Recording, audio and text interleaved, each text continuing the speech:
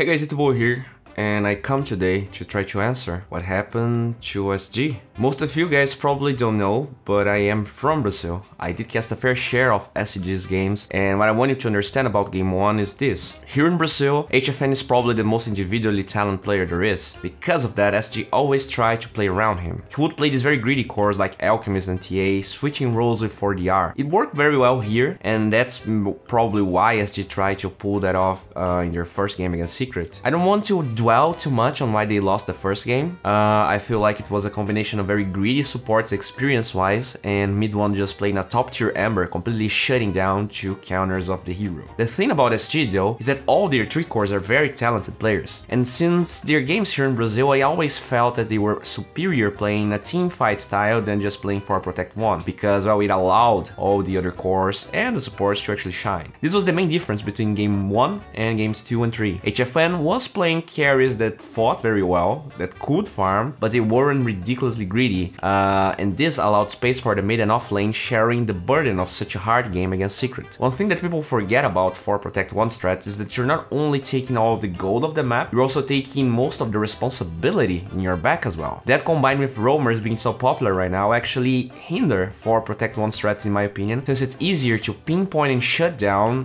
whatever hero it's needed to be shut down. While when you're sharing the space in the map, it gets more complicated. Anyways, let's talk about Game 3. If we look at the draft, it gets pretty clear that Secret doesn't have a true carry. They probably wanted a very tanky core that could be able to handle all that aggression coming from SG. Naturally, the heroes would clump up on Timbersaw when they try to kill him, and Invoker would be a very good way of dealing with that with so much magic AoE damage. But that's not the whole story. Let's talk about some main points that really helped SG win the game, at least in my opinion. The first decision was to jungle with Io. Having an Io with a lot of experience is something great. It propels Secret to very aggressive moves in the early mid-game, and with Invoker on top of everything, it allows a global presence with the Sunstrikes. What are the downsides though? Well, Beastmaster had a tough laning phase. He was not able to farm freely, and not only that, it gave Sand King a very easy lane on top of that, since no one was there to contest him. This is very important because it gave Sand King a close to 10-minute blink dagger, even though Timbersaw also farmed a lot. At that time, if we compare Beastmaster and Sand King's net worth, it gets very clear how the Io decision impacted the game. Not only that, I feel like they wanted a blink dagger on Beastmaster very early so that they could use like Io and Beastmaster and the Sunstrike to kill Slark repeatedly, and that was never the case because well, Kazu struggled in his lane and it wasn't really his fault. Not only that, SG was able to pressure Invoker with 2 early kills on him, meaning that the mid lane was a tie in terms of net worth, while the other 2 lanes were being won by SG. Normally, I would say that can be okay if you're Secret and you're getting levels on Io, but we get back to the Timbersaw pick. Look, I am not saying that Secret lost only because Secret made questionable decisions. What I'm saying though is that this definitely impacted the game in a negative way towards them and helped SG overcome some of their problems. It's not like Secret didn't try to pressure the Slark. One of the weakest points of SG's draft in the laning phase is the hero. He's not very strong. But look what the combination of Undyne and Warlock provided to them though. Slark, and usually very weak laner, was able to dish massive amounts of damage, making Secret give up on pressuring that lane. The fact that Beastmaster had a tough laning phase also kinda nullifies the early level 6 on Io. Storm is already level 6, and with Roar being their only disable, and I mean Beastmaster being very far away from the blink dagger, in the end he actually gives up on the item completely and goes for the Necros. How can they gank him? The first Roar on Storm occurs only at 20 minutes into the game, not only because Secret was smoked, but because they had a very unique Observer ward, while Storm was feeling confident with the high ground advantage and Remnant spam.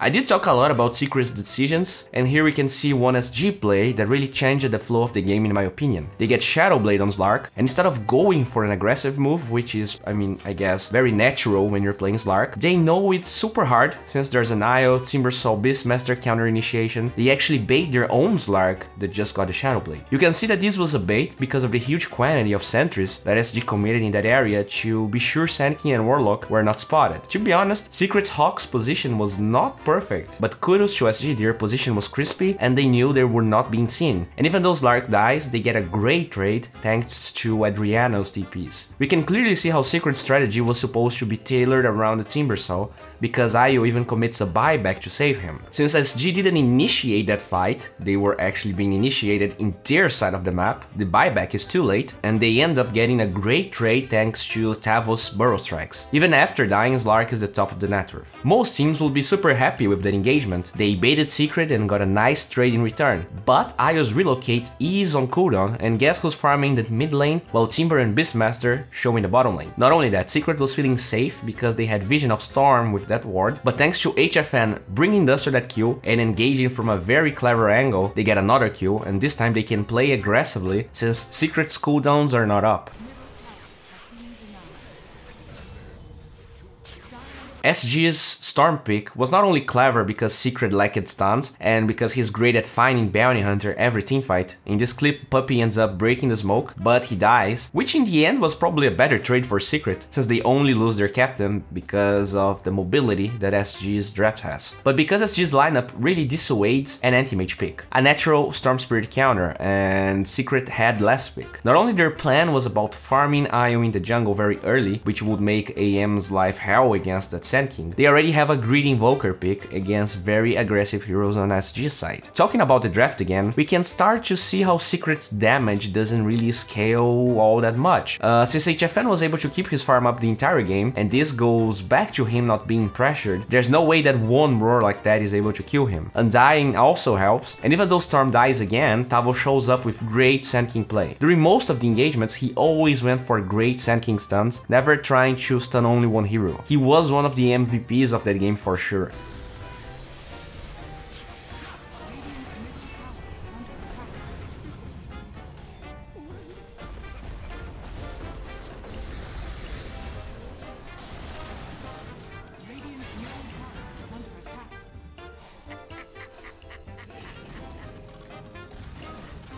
And don't get me wrong, SG didn't play flawlessly, they had a lot of mistakes. There were two very underwhelming golems in the mid game, this one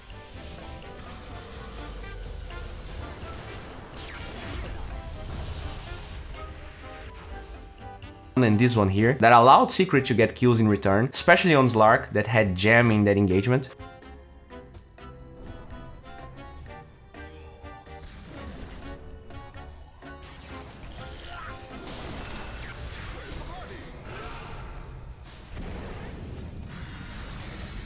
ForDR in that fight also had an arcane rune that he didn't pop right after that huge jump that initiates the fight, and in the end he dies because of it, giving Team Secret the Aegis.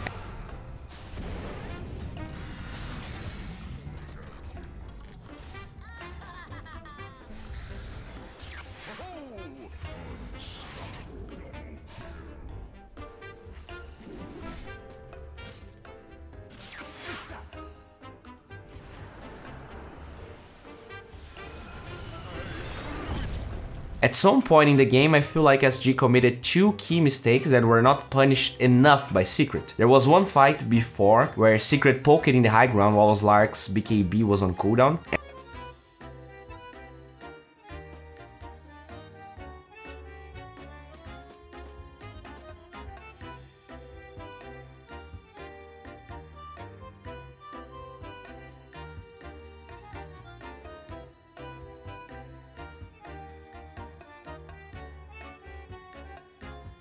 And there was this other time where Sand King was forced to die for HFN. HFN on top of that uses BKB for no reason.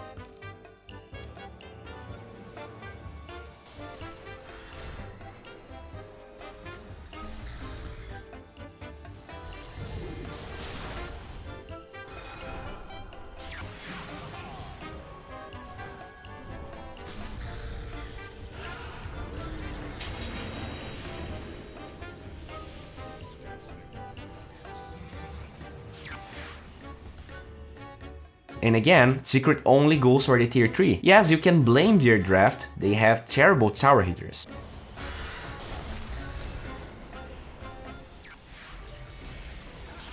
Radiant's middle tower has fallen.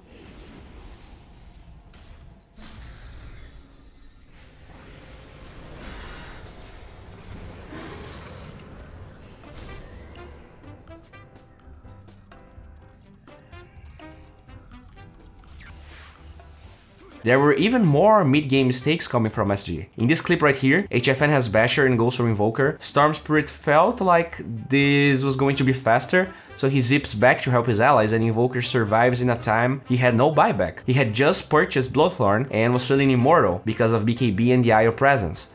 In the end, they do get Bounty and Beastmaster, but if they kill Invoker without a buyback right in front of Secret Space, that was a lane of barracks for sure. So we kinda see a pattern here. SG's mistakes were not able to be punished as hard because of the draft quote-unquote advantage that they had. There was this play here, where again, Secret goes for a good play in my opinion. They scout SG going for Roshan knowing that their lineup is terrible at Rosh. The damage that Secret delivers to the towers is negligible though, considering how late into the game it is. This time, Storm has the right idea. He doesn't go for Invoker or Timber that were showing up, he wants IO. He jumps in, ends up finding Beastmaster, which is the second best target to find. What Secret didn't expect was how fast SG's reaction was going to be and how strong the reaction could be, considering that Secret still held gold advantage at that point. I feel like SG's picks were great in dealing with IO. Usually IO is great at mitigating damage, but SG has so much AoE damage that gets even amplified by Fatal Bonds that seriously hindered what IO could do in that fight. On top of that, Timber never bought a BKB at least until that point, and SG reigned supreme. SG got Aegis, and Secret played flawlessly in pushing lanes and wasting SG's time. SG committed smoke ganks and tried their best to find one way to go high ground with no success. Secret also planted a Tinker Ward that is fairly hard to deward, that's also cool. And finally we get to this part of the clip. Slark managed to be the top of the net worth, even though in a big part of it, Secret held gold advantage. He also went for the 12 stats talent instead of the Pounce duration in that game, which was a great choice in my opinion. There's IO Relocate, Timbersaw, the Pounce is not really his lockdown and he ends up surviving because of the talent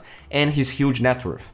Let's be honest here, it's not only that, because Secret's draft doesn't pack a lot of damage, especially right-click damage. We go back on Timber not really synergizing with IO. Still, HFN was farmed, and Shadow Dance allows him not only to survive, but to go back into the fight with full HP. This is their first tier 3. That same play happens again with the same results. The combination of Secret draft problems and Slark's farm starts to get noticeable. The entirety of SG's team is far away from Slark, with the exception of King RD. This time it feels like they were going to be able to do it, but a Lotus Orb and Force Staff coming from the zombie saves him, and even though SG also wastes Epicenter, the refresher cooldown is a way bigger deal. Not only that, but how can Secret win this game if they can't kill one of SG's cores and they commit everything like that? I feel like mentally this was a big breaking point. The Undying Midas on top of everything also paid itself. All of those items helped HFN to survive. Purge is completely right about the Timbersaw problem, and this grew slowly during the entire game, and it's clear to everyone at this point. No chance that they kill him without it. Yeah, the hard part is it's always going to be Beastmaster in the front. The big damage is coming from Timbersaw. It just doesn't scale single target. It's more of like a stay alive, keep casting your spells, eventually kill the guy. They've got nobody that can DPS. That fight gives SG another Aegis, and this time they know that they are stronger. Mid 1 is forced to commit a very early AoE defeating blast in this fight that doesn't clip any of the important cores. I don't feel like there's much to say after this point. Did SG play flawless Dota? Hell no. But the draft and the lane choices helped them mitigate their mistakes. I don't know if I can call what Secret did cocky. At the end of the day, they didn't have a lot of carry choices. AM was not viable in this game, and MP does love his Timbersaw. There's also some things about the Timber versus Slark matchup that can go unnoticed. It's very hard for Slark to duke the Timbersaw because he cuts trees, and he does have a lot of AoE damage. As always, guys, this is it for today. If you enjoyed this video, please give it a thumbs up. There's actually no extended version for this video, but Pugmin is a platform where you can learn from people like Chessie, Fog, Monib, and get better at the game. They have great content on the new patch, and if you want to raise your MMR, it's a great time. Just figure out the patch faster than others and get those easy wins. And if winning MMR is not enough for you, you should definitely check out our new partner, Loot Case. There you can win and find beautiful cosmetics and go from 0 to hero, get your hero all crispy and stuff, and you actually get a kind of a double bonus if you sign up with my referral link, so check that out in the description.